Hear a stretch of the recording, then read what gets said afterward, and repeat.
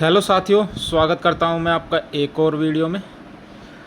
तो दोस्तों, आपको पता है आईटीबीपी का कल मैंने प्रैक्टिस सेट 1 जो 2020 के अंदर आपका आईटीबीपी ने एग्ज़ाम लिया था, उसके अंदर कैसे क्वेश्चन आपको देखने को मिले थे। तो उन क्वेश्चनों को ही मैं यहाँ पे करवा रहा हूँ। तो आप मान के चल सकते हैं आईटीबीपी 2020 का आपको ये ओरिजिनल पेपर करा रहा हूँ, जिसका पार्ट 1 मैंने कल डाल दिया था। टोटल 31 क्वेश्चन मैंने कल करवा दिए थे। आज 32 से शुरू करेंगे और टोटल 60 क्वेश्चन तक जाएंगे। तो चलिए दोस्तों, शुरू करते हैं। कल वाली क्लास आप देख सकते हो, डिस्क्रिप्शन में लिंक मिल जाएगा या फिर वीडियो सेक्शन में जाके वहाँ से आप देख सकते हो। तो कल मैंने 31 ये क्वेश्चन करवाया था, इसका आंसर आपका सही रहेगा 3। नेक्स्ट हमारा क्वेश्चन रहेगा 32, यहाँ से शुरू होती है आज की क्लास। क्वेश्चन रहने वाला है, ट्रैफिक लाइट रहित चौराहे से कितनी दूरी के भीतर वाहन पार्क किया जा सकता है। How close can you park to an intersection without traffic light. जहाँ पर ट्रैफिक लाइट नहीं है उस इंटरसेक्शन से गाड़ी को हम कितनी दूर पार्क कर सकते हैं। 1 मीटर, 9 मीटर, 10 या 20। तो इसका राइट आंसर रहेगा सी, 10 मीटर। ये सब क्वेश्चन आपके आईटीबीपी के अंदर पूछे गए थे। तो ज़्यादातर ड्राइवर भर्तियों में क्या होता है कि क्वेश्चन रिपीट होते हैं, इसलिए मैं इन क्वेश्चनों को आपको करवा रहा हूँ, क्योंकि ये सवाल आपको रिपीट होंगे और हूबहू आपको देखने को मिलेंगे। नेक्स्ट सवाल है हमारा 33, क्लियरेंस टाइम किस रंग से दर्शाया जाता है। तो क्लियरेंस टाइम लाल, पीला, हरा, सफ़ेद। तो किस रंग से दर्शाया जाता है, हमेशा ये येलो रंग से दर्शाया जाता है। क्या होता है कि इस प्रकार से हमारे रोड्स होते हैं, तो यहाँ पे लाइट लगी होती है, इस वाली की लाइट इस पे यहाँ पे लगी होगी, इसकी इसके यहाँ पे तो इस प्रकार लाइट लगी होती है। जैसे इस वाली की लाइट हुई, यानी कि यहाँ से जो ट्रैफिक जाना चाहता है, तो यहाँ पे आपको लाइट दिखेगी पीला। ग्रीन के बाद हमेशा आपकी पीली लाइट चसेगी, ताकि ये जो चौराहा है, ये इंटरफेस है यहाँ का सर्कल का बीच का, इसको जल्दी से जल्दी खाली कराया जा सके, ताकि दूसरे जिसकी लाइट हरी होने वाली है वो यहाँ से निकल सके। उसे हम क्लियरेंस टाइम बोलते हैं। नेक्स्ट है 34 क्वेश्चन, क्या चालक को हमेशा अधिकतम गति सीमा पर ही वाहन चलाना चाहिए। हाँ, बशर्ते चालक निर्धारित गति सीमा से अधिक ना जाए। ऑप्शन बी है आपका नहीं, केवल तभी जब सड़क यातायात और मौसम की परिस्थितियाँ इसकी अनुमति दे और ऐसा करना सुरक्षित हो। तो राइट आंसर इसका ये बी ऑप्शन ही हो जाएगा, नहीं केवल यदि चालक अनुभवी हो, या इनमें से कोई नहीं। तो इसका आंसर करेक्ट आपका बी ऑप्शन हो जाएगा। नेक्स्ट है 35वां आपका क्वेश्चन रहेगा 35 क्वेश्चन, निम्नलिखित में से किन वाहनों को रास्ता फ्री पैसेज देना चाहिए। तो किन वाहनों को देना चाहिए, पुलिस वाहन को बिल्कुल देना चाहिए, एम्बुलेंस और फायर सर्विस को, एक्सप्रेस और सुपर एक्सप्रेस बसें, या उपरोक्त सभी। तो हमें यहाँ पे जो इसका करेक्ट आंसर होगा ऑप्शन के हिसाब से, तो आपका एम्बुलेंस और फायर सर्विस व्हीकल होंगे। नेक्स्ट है 36वां क्वेश्चन रहेगा, ट्रैफिक लाइट वाले चौराहे के निकट चालक अधिकतम कितनी दूरी तक वाहन पार्क कर सकता है। वो विदाउट ट्रैफिक लाइट था और ये इंटरसेक्शन विद ट्रैफिक लाइट है। तो ये क्वेश्चन आपका पूछा गया आईटीबीपी में, दो इसे यहाँ पे इस प्रकार के क्वेश्चन पूछे गए हैं। तो इसका आंसर क्या होगा आपका, 5 मीटर गलत हो जाएगा, 10 मीटर तो विदाउट हो गया, 20 मीटर यहाँ पे आपका करेक्ट आंसर हो जाएगा। तो 36वें क्वेश्चन का आपका 20 आंसर राइट रहेगा, यानी ऑप्शन सी। किस प्रकार के संकेत का उल्लंघन करने पर अपराध ऑफेंस माना जाता है। तो किस प्रकार के रोड साइन का उल्लंघन करने पर अपराध माना जाता है। ऑप्शन ए है चेतावनी संकेत, ऑप्शन बी अनिवार्य संकेत, ऑप्शन सी सूचनात्मक संकेत, या ऑप्शन डी सूचनात्मक और चेतावनी। तो इसका जो करेक्ट आंसर होगा वो होगा आपका कॉजनरी। चेतावनी तो हमें दे रहा है, इसका कुछ नहीं हो सकता। अनिवार्य, मैंडेटरी, जो सरकार ने अनिवार्य कर दिए कि आपको ये मानने ही मानने पड़ेंगे, तो इसका हम मैंडेटरी आंसर राइट हो जाएगा, यानी कि अनिवार्य या नियामक संकेत। तो मैंडेटरी रोड साइन का किस प्रकार होते हैं मैंडेटरी, तो मैंडेटरी हमेशा वर्गाकार में होंगे, यानी कि गोले के अंदर। ट्राइंगल में कौन से होते हैं, चेतावनी होती है, और आयत में कौन से होते हैं, तो ये इन्फॉर्मेटरी होते हैं। नेक्स्ट है 38 क्वेश्चन हमारा रहने वाला है, निजी ड्राइव वे के पास सड़क पर चालक कहाँ वाहन पार्क कर सकता है। तो प्राइवेट ड्राइववेज के पास कहाँ पे चालक करेगा, ड्राइववे के सामने सहित कहीं भी वाहन पार्क कर सकते हैं, बिल्कुल गलत हो जाएगा। ड्राइववे को अवरुद्ध किए बिना, विदाउट ब्लॉकिंग द ड्राइववे, बिल्कुल राइट आंसर आपका राइट हो जाएगा ऑप्शन बी। ऑप्शन सी गलत हो जाएगा, केवल ड्राइववे के अंदर गलत है। राइट आंसर आपका बी ऑप्शन करेक्ट हो जाएगा। 39 सवाल आपका रहने वाला है, दो पहिया वाहन में सामान्यतः किस प्रकार की कूलिंग प्रणाली होती है? तो किस प्रकार की होती है दो पहिया, यानी कि बाइक के अंदर, स्कूटियों के अंदर किस प्रकार की होती है? तो उनकी होती है आपकी एयर कूलिंग, वो हवा से ठंडे होते हैं। इस प्रकार आपका इंजन बना होता है आगे, अगले टायर के पीछे। तो ये जो है इनके अंदर फिन्स होती है, तो ये हवा से ठंडी होती है इंजन। अच्छा, जो हमारा बड़ी गाड़ियाँ हैं जिनके अंदर रेडिएटर लगा हुआ है, वो किन से ठंडा होता है? इसको हम कौन सा बोलते हैं इंजन? तो ये वाटर कूलिंग इंजन हो जाता है। तो ये ऑप्शन पूछ रहा है दो पहिया का, तो दो पहिया का आंसर हो जाएगा आपका air cooling, option B correct हो जाएगा। और अगर ऐसे पूछ ले चार पहिया वाहनों की सामान्यतः किस प्रकार की कूलिंग प्रणाली होती है, तो आपका किस प्रकार की हो जाएगी? फिर वाटर कूल्ड। नेक्स्ट क्वेश्चन रहेगा 40वां आपका सवाल है, जिस सड़क पर फुटपाथ नहीं हो वहाँ पैदल यात्री को किस ओर चलना चाहिए? तो अच्छा क्वेश्चन पूछा था, तो बहुत से बंदे इसको आंसर इसका दायां लगाने की कोशिश करेंगे। तो हमेशा लेफ़्ट इसका आंसर नहीं होगा, इसका आंसर होगा राइट। सड़क की बाईं ओर चलना चाहिए, बिल्कुल नहीं, दाईं ओर हमेशा चलना चाहिए। करेक्ट हो जाएगा इसका राइट ओर, राइट आंसर इसका करेक्ट हो जाएगा ऑप्शन बी। अधिक शक्ति प्राप्त करने के लिए किस गियर का उपयोग किया जाता है? अब इसके अंदर बहुत से बाइक कन्फ्यूज़न हो जाते हैं कि हमारी तो गाड़ी 5वें या 6ठे गियर में फुल स्पीड भागती है, यानी सबसे तेज़ भागती है हमारी गाड़ी 6ठे या 7वें या 5वें गियर में, जो भी उस गाड़ी का टॉप गियर है। एक मैं बता देता हूँ, टॉप गियर पूछ ले तो टॉप गियर हमेशा होता है गाड़ी का लास्ट गियर, या जब उसके अंदर 5 गियर हैं और एक रिवर्स 6ठे, यानी टोटल 6 गियर हो गए। रिवर्स भी ऐड होता है गियर, बोल सकते हैं भाई किसी गाड़ी में कितने गियर है, तो एक 5 गियर होंगे उसके फॉरवर्ड के, एक और रिवर्स, तो 6 गियर उसको बोलेंगे। टॉप गियर होगा 5वां। ऐसे इस क्वेश्चन में क्या पूछ रहा है कि अधिक शक्ति प्राप्त करने के लिए, सबसे ज़्यादा शक्ति प्राप्त करने के लिए किस गियर का उपयोग किया जाता है?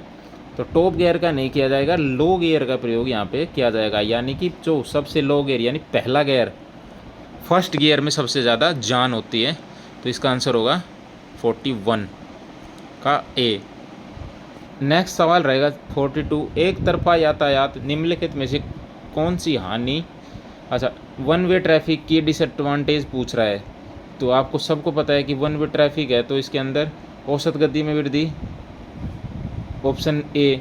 ऑप्शन बी है सिग्नल प्रणाली का बेहतर समन्वय, ऑप्शन बी। सी ऑप्शन है वाहनों की अधिक सुव्यवस्थित आवाजाही, ओवरटेकिंग की अधिक संभावना। तो इसके अंदर ऑप्शन क्या होगा? एक तरफा यातायात की निम्नलिखित में से कौन सी हानि है?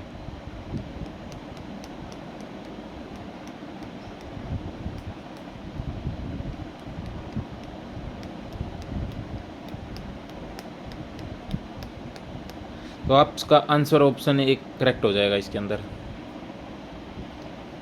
दो तरफा सड़कों के चौराहों, कितना हार्ड क्वेश्चन पूछा था वहाँ पे उस टाइम पे आईटीबीपी ने, आप सोच सकते हो।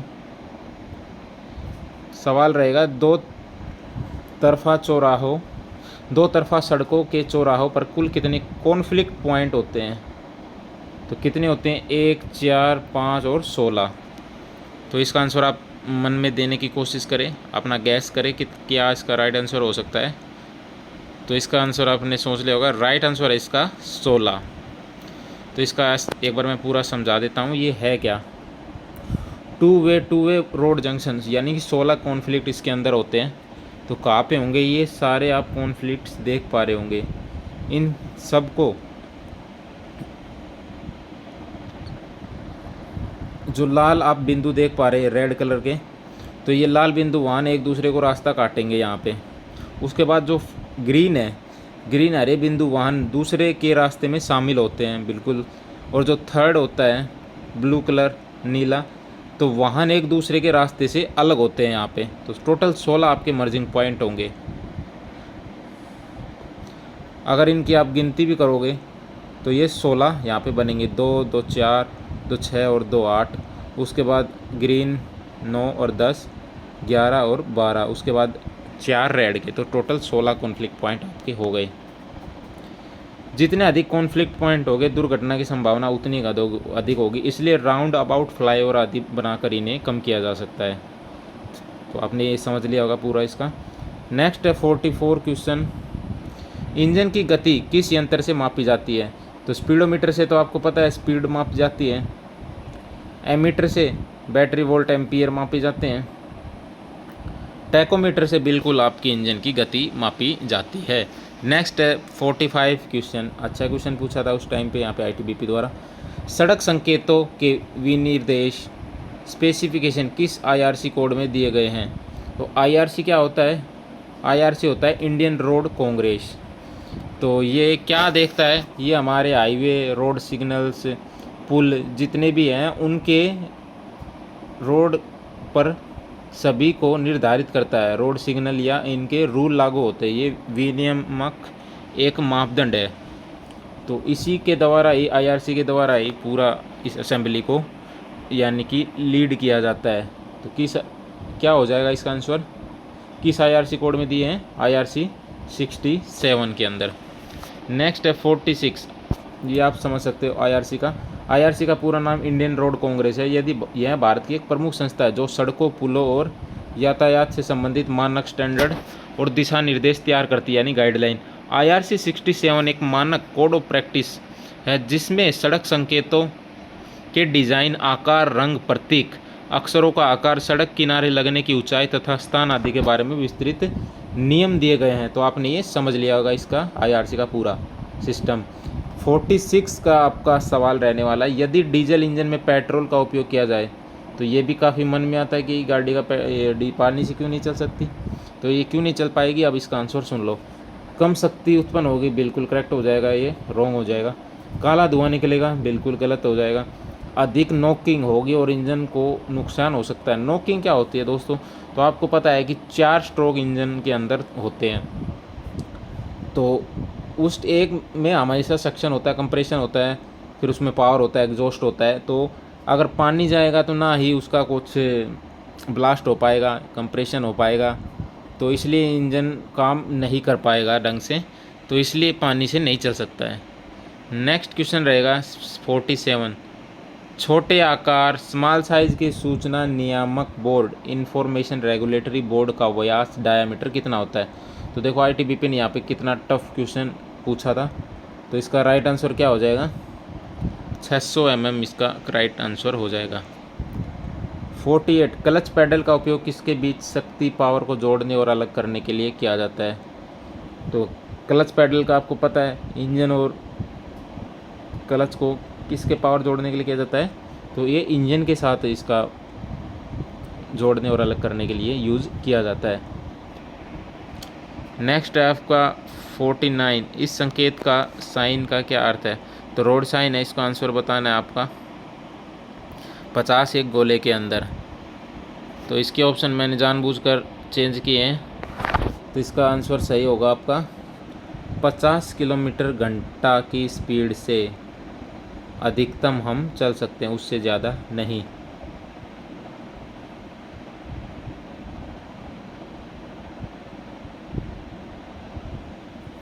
तो ऑप्शन इसका ए 60 किलोमीटर घंटा तक यात्रा कर सकते हैं, तो 50 किलोमीटर घंटे तक यात्रा कर सकते हैं। 50वें क्वेश्चन, पैदल पारपथ के पास यदि पैदल यात्री सड़क पार करने के लिए प्रतीक्षा कर रहे हैं तो चालक को क्या करना चाहिए? अगर कुछ लोग, सवाल पूछ रहा है, कुछ लोग रोड क्रॉस करने के लिए पेडेस्ट्रियन क्रॉसिंग पर खड़े हैं, तो आपको क्या करना चाहिए? हॉर्न बजाकर आगे बढ़ जाना चाहिए? नहीं। गति कम करे, हॉर्न बजाए और आगे निकल जाए? बिल्कुल नहीं। वाहन रोके, पैदल यात्रियों की सड़क पार करने की प्रतीक्षा करे, फिर आगे बढ़े? बिल्कुल राइट आंसर आपका हो जाएगा ऑप्शन सी। भारी वाहन का ड्राइविंग लाइसेंस किसके द्वारा जारी किया जाता है? तो ये काफ़ी एग्ज़ाम्स के अंदर ये क्वेश्चन पूछा जाता है। तो क्षेत्रीय परिवहन प्राधिकरण, बिल्कुल इसके द्वारा ही जारी किया जाता है। नौकर, म्यूनसिपलिटी, मोटर ट्रेनिंग स्कूल, इनमें से कोई नहीं। तो आरटीए की फुल फॉर्म भी पूछ ली जाती है, तो रीजनल ट्रांसपोर्ट अथॉरिटी इसकी आरटीए की फुल फॉर्म हो जाती है। नेक्स्ट आपका सवाल रहने वाला है 52, पीछे से टक्कर होने का सामान्य कारण क्या है? तो एक गाड़ी आपके सामने चल रही है और आप उस गाड़ी में पीछे से टक्कर मार दोगे, तो उसका सामान्य कारण क्या होता है? वाहन के ब्रेक खराब होना या ब्रेक फेल होना, आगे वाले चालक का बहुत तेज़ ब्रेक लगाना, आगे चल रहे वाहन के बहुत नज़दीक चलना, बहुत उसके पीछे बिल्कुल उसके भिड़ाए रखना। तो इसका करेक्ट आंसर ऑप्शन सी हो जाएगा। नेक्स्ट सवाल रहेगा आपका 53वां, जिस सड़क पर लेन चिन्हित नहीं है वहाँ चालक को वाहन कहाँ चलाना चाहिए। जैसे एक 2 वे रोड है, एक आने का और एक जाने का, बीच में से ऐसे डिवाइडर से वो डिवाइड की जाती है, तो इस तरफ चलते हैं जाने के और इस तरफ आने के। तो अगर ये इसके अंदर नहीं है, ये मार्किंग नहीं है, तो क्या करोगे आप, तो हमेशा गाड़ी को अपनी लेफ़्ट साइड ही लेके चलोगे। तो सड़क के बाईं ओर जितना संभव हो सके उतना निकट बाईं ओर चलना है आपका। नेक्स्ट आपका सवाल रहने वाला है दोस्तों 54। ये सब ITBP के रिटन एग्ज़ाम में पूछे गए सवाल है। आगे आने वाला एग्ज़ाम ITBP का 2 एग्ज़ाम होने, उनके अंदर भी सेम ऐसे आपके क्वेश्चन पूछे जाएंगे। तो इसलिए वीडियो पूरी आप देखें, और जितने भी प्रैक्टिस सेट मैं आगे करवाने वाला हूं और पहले मैं करवा चुका हूं, उन वीडियो को ज़रूर आप देख लें। हूबहू आपको पेपर में क्वेश्चन सेम टू सेम देखने को मिलेंगे। नेक्स्ट सवाल है, परिवहन चालक चलाते समय चालक के पास हमेशा कौन कौन से दस्तावेज होने चाहिए। कौन कौन से दस्तावेज आपके पास हमेशा चालक के पास होने चाहिए। ड्राइविंग लाइसेंस, बीमा प्रमाण पत्र और फिटनेस प्रमाण पत्र। बिल्कुल ये तीनों सर्टिफिकेट तो होने ही चाहिए। ड्राइविंग लाइसेंस, टैक्स कार्ड और प्रदूषण प्रमाण पत्र नहीं, केवल ड्राइविंग लाइसेंस उपरोक्त सभी। तो इसका आंसर आपका हो जाएगा ऑप्शन ए। सबसे अधिक उपयोग किए जाने वाले ब्रेक किस प्रणाली से संचालित हो जाते हैं। तो ज़्यादातर किससे ब्रेक होते हैं, तो हाइड्रोलिक, यहाँ से जो सबसे ज़्यादा प्रणाली है अभी हाइड्रोलिक की ब्रेकिंग की, तो उसमें प्रयुक्त ये होते हैं। ऑप्शन बी इसका करेक्ट हो जाएगा। वाहन के स्किडिंग होने का मुख्य कारण क्या है। तो स्किडिंग होने का मुख्य कारण होते हैं गीले सड़कें, टायर की घिसी हुई ट्रेड, सड़क की परिस्थितियों के अनुसार वाहन की अत्यधिक गति, चालक द्वारा ब्रेक का सही उपयोग नहीं कर पाना। तो ऑप्शन इसका सी करेक्ट हो जाएगा। सड़क की परिस्थितियों के अनुसार वाहन की अत्यधिक गति। ढलान पर मोटर वाहन चलाते समय चालक को क्या करना चाहिए। तो दोस्तों ये सभी क्वेश्चन आपको ITBP के एग्ज़ाम में देखने को मिले थे और आगे भी देखने को मिलेंगे ऐसे ही क्वेश्चन। इंजन बंद करके वाहन को ढलान पर चलने दे, बिल्कुल नहीं करना चाहिए। न्यूट्रल गियर लगाकर इंजन बंद किए बिना ढलान पर चलने दे, ऐसा नहीं करना है, मरने को आप दावत दे रहे हो। केवल न्यूट्रल गियर में ध्यान ढलान पर चढ़ने दे, ऐसा नहीं करना है। ऑप्शन डी करेक्ट हो जाएगा। न्यूट्रल गियर का प्रयोग करके या इंजन बंद करके ढलान पर वाहन कभी भी नहीं चलाना चाहिए। मानव रहित रेलवे क्रॉसिंग पार करते समय चालक को क्या करना चाहिए। जितनी जल्दी हो उसके पार कर जाना चाहिए, ऐसा नहीं करना चाहिए। जहाँ पे फाटक नहीं होता, यानी कि सिक्योरिटी वहाँ पे ऑफिसर नहीं होता, गेटमैन जो गेट को खोलता है और बंद करता है, तो उसमें क्या करना चाहिए आपको, बहुत धीरे धीरे आगे बढ़ना चाहिए, ऐसा भी नहीं। सी वाहन रोकना चाहिए तथा स्वयं या वाहन में मौजूद सहायक को उतरकर दोनों ओर देखकर यह सुनिश्चित करना चाहिए कि कोई ट्रेन नहीं आ रही है, उसके बाद ही रेलवे क्रॉसिंग पार करनी चाहिए। ऑप्शन डी इनमें से कोई नहीं। तो इसका करेक्ट आंसर ऑप्शन सी हो जाएगा। तो दोस्तों आप सबको ये वीडियो पूरा देखने के लिए धन्यवाद। Download PDF join Telegram group, link in description. तो PDF आपको ये टेलीग्राम ग्रुप में मिलेगी, जिसका लिंक नीचे डिस्क्रिप्शन में दिया गया है, वहाँ से आप इस PDF को ले सकते हैं। इसके अलावा अगर आपका कोई भी डाउट है, कोई सवाल है, कोई सुझाव है, तो आप कमेंट करके हमको अपनी राय दे सकते हैं। किसी क्वेश्चन का आंसर गलत टिक हो गया है तो आप हमें कमेंट करके ठीक करा सकते हैं।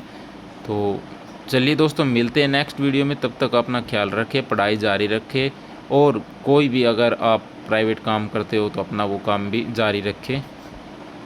तो चलिए दोस्तों, धन्यवाद करता हूँ मैं आप सबका। Thank you. जय हिंद, जय भारत।